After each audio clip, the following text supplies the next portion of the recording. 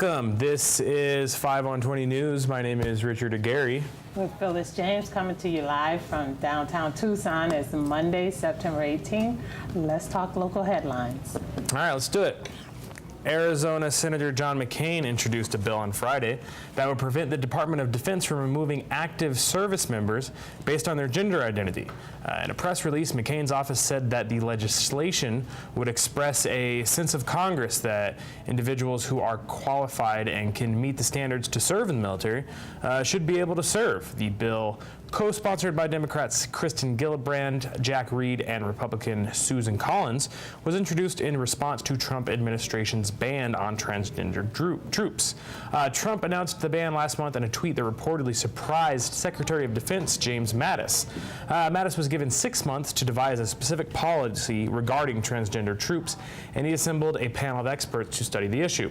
Mattis has said that he would allow transgender troops to serve while the study was conducted. He also announced on Friday that transgender troops currently serving in the military can go ahead and re-enlist in the next several months. McCain's bill would also require Mattis to complete a review of transgender individuals serving in the armed forces by the end of the year and report the results to Congress. McCain said that when less than 1% of Americans are volunteering to join the military, we should welcome all those who are willing and able to serve our country. Gillibrand said that she also planned to add an amendment to the annual defense policy bill that would protect transgender troops. However, Gillibrand says that the Senate's Republican leadership cut off the debate and blocked the amendment from getting a vote. Doug Ducey is showing signs that he doesn't support a lawsuit launched by Attorney General Mark Brnovich that targets state universities for tuition raises. Brnovich filed the lawsuit 2 weeks under the guise that Arizona's university system isn't compliant with the state constitution for charging too high of tuition rates. The Arizona Constitution contains the vague statement that the state government should make tuition as close to free as possible, but doesn't specify what this means. In an interview with Capital Media Services, Ducey said that our universities are accessible and affordable. While he likely won't come out against the lawsuit and make his government look dysfunctional, this is the first hint of how Ducey feels about the AG's suit. In the interview, he added that I'm not a big fan of lawsuits. When I can, I like to reduce the number of lawsuits rather than expand them. He also backed in-state tuition for DACA recipients, saying that I've always thought that a child that graduates from an Arizona high school is certainly an Arizona student and certainly should have access under in-state tuition inside our universities. While Brnovich says that the lawsuit is mainly about the tuition issue, he launched the suit after receiving pressure by outside groups who threatened to sue the state university system for supporting in-state tuition for students covered under DACA. This has led many to believe that the suit is really about stopping the benefits of DACA than it is about protecting students. In the original lawsuit filing, Brnovich included the arguments against providing in-state tuition for DACA recipients. As far as tuition, Ducey has acknowledged that universities have had to increase tuition costs because of the state's cash-strapped budget. The state provides the university system with funds to keep tuition low, but these funds have decreased across the country since the economic downturn in 2008. Activists in Arizona are calling for a boycott against Motel 6 chain after recent reports that some Phoenix area locations were providing guest lists to Immigration and Customs Enforcement Agency, or ICE. Representative Diego Espinoza said individuals have the right to find a place to rest without any disruption because of their skin color, before calling a boycott. At least 20 people were arrested on immigration charges as a result of the information being turned over by Motel 6, according to a report from the New Phoenix Times. In a statement, Motel 6 said that its employees in Phoenix will no longer voluntarily pass guest lists to ICE agents. But Democratic Representative Mark Cardenas said that more should be done and that the employees responsible should be terminated immediately. He said that the people of our country have historically seen Motel 6 as a safe haven and an affordable place to stay. These new reports are making community members think that is no longer the case. Arizona's imports from Mexico rose 25% in July compared to the same time in 2016, according to a report from the University of Arizona using data from the Census Bureau. The state brought in $541 million in imports, continuing a 3-month pattern of increased trade between Mexico and Arizona. Other border states like California and Texas have also seen an increase in imports, although New Mexico has saw a 32% decrease in July. Arizona leaders have made an effort to increase trade with Mexico since the start of the Trump administration in order to strengthen bonds with the two countries. The Trump administration proposed a 20% tax on imports to pay for Trump's promised border wall. However, half of Arizonans oppose the measure, and the policy hasn't been mentioned in several months.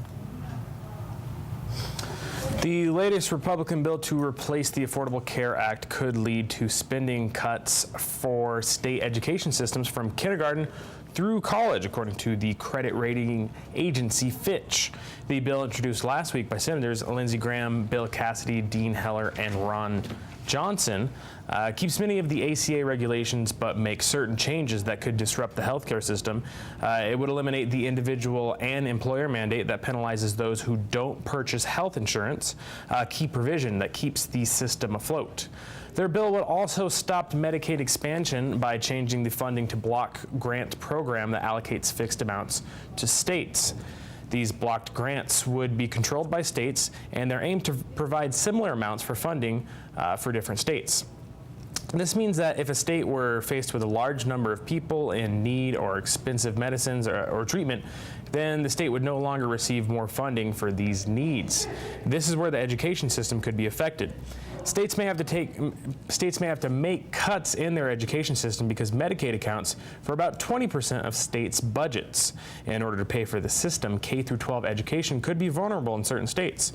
Along with Arizona being 49th out of 50 states, in terms of education funding, it's hard to go any lower. Now in national and international news. Oh, now national and international news.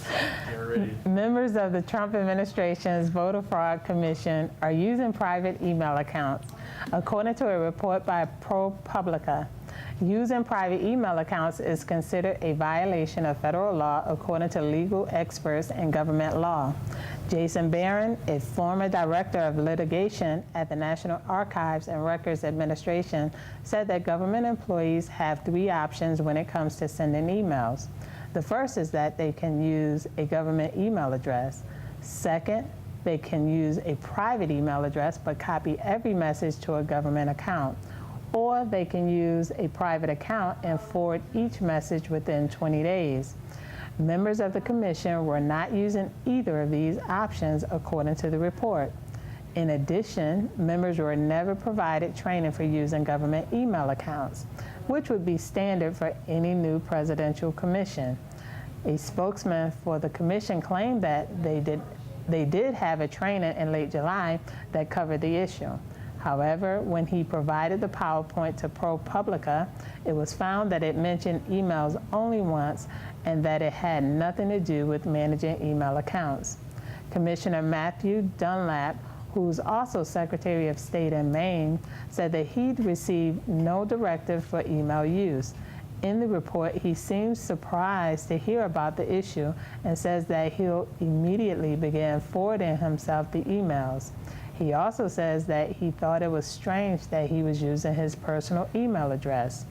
The commission was set up after the president erroneously claimed that massive voter fraud occurred in the 2016 election. At the time, Trump provided no information to back up his claims, but says that the commission will vindicate him. Hamas has agreed to form a unity government in Palestine along with President Mahmoud Abbas's Fatah party. Hamas and Fatah have been bitter rivals since 2007 when a short civil war broke out in Palestine after the contested 2006 election.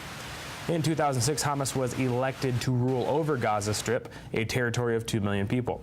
When an agreement would be historic in uniting Palestine, a series of complex issues needed to be addressed about how exactly the government will be run. Agreement efforts in the past have collapsed due to disagreements over power sharing. Egypt has been mediating talks between Palestinian leaders, resulting in the announcement by Hamas. Fatah leader Mahmoud Abbas welcomed the decision but did not actually meet with Hamas leaders because he was in New York at a UN General Assembly. In the past year, Abbas has put pressure on Hamas by cutting payments to Israel for the electricity that's supplied to Gaza. This led to the power outages, with electricity only available for 4 to 6 hours per day. Hamas was also motivated to reach an agreement because it's looking to mend the relationship with its neighbor Egypt, who has blocked the border and stopped supplies flowing into Gaza. Egypt claims that Hamas has supported terrorist groups in Egypt, a charge that Hamas has repeatedly denied. Another complication of the deal is the relative popularity of Hamas within Palestine. Some opinion polls have shown that if parliamentary elections were held now, then Hamas would win both in Gaza and the Israeli-occupied West Bank, where Mahmoud Abbas has ruled for 12 years. Residents of Palestine largely view Abbas as an ineffective leader and have grown bitter that he didn't step down after 4 years as he initially promised to do. This popularity could give Hamas some leverage in the agreements and possibly cause complication for Abbas and his Fatah party. State lawmakers on Saturday voted to make California a sanctuary state, setting up a battle with the Trump administration over immigration policy. The California Values Act forbids state and local law enforcement from providing information or acting as deputies for federal immigration enforcement. The bill also prohibits police and sheriff's officers from inquiring about a person's immigration status. California sheriffs have been lobbying Governor Jerry Brown since the bill was introduced days before Donald Trump's inauguration. But a compromise was worked out last week between Brown and California Senate President Kevin De Leon to carve out some exceptions. One would allow state and local law enforcement to communicate with federal immigration authorities if a person has been convicted of certain crimes. Corrections officers would also be allowed to work with federal agencies. With the compromises intact, it's likely that Brown will sign the bill as soon as this week, making California the second official sanctuary state, as Oregon passed its sanctuary bill over 30 years ago, although it has less protections than the California version. Maryland has also unofficially declared itself as a sanctuary state. Republicans and immigration hardliners remain opposed to the bill, even with the exceptions, because they claim that it will make it harder for law enforcement to operate. Republican Assemblyman James Gallagher said that the bill builds a wall between the federal government and our local partners and makes our communities less safe. Immigration advocates also aren't completely happy with the bill due to the exceptions carved out at the last minute. However, they are content that at least some action was taken. This was 5 on 20 News. I've been Richard Agurrie. And I'm Phyllis James. Don't forget to like us on Facebook, subscribe to our YouTube channel, share all of our content, and feel free to bother us at info@creativetucson.org. Thank you for watching. Stay creative, Tucson.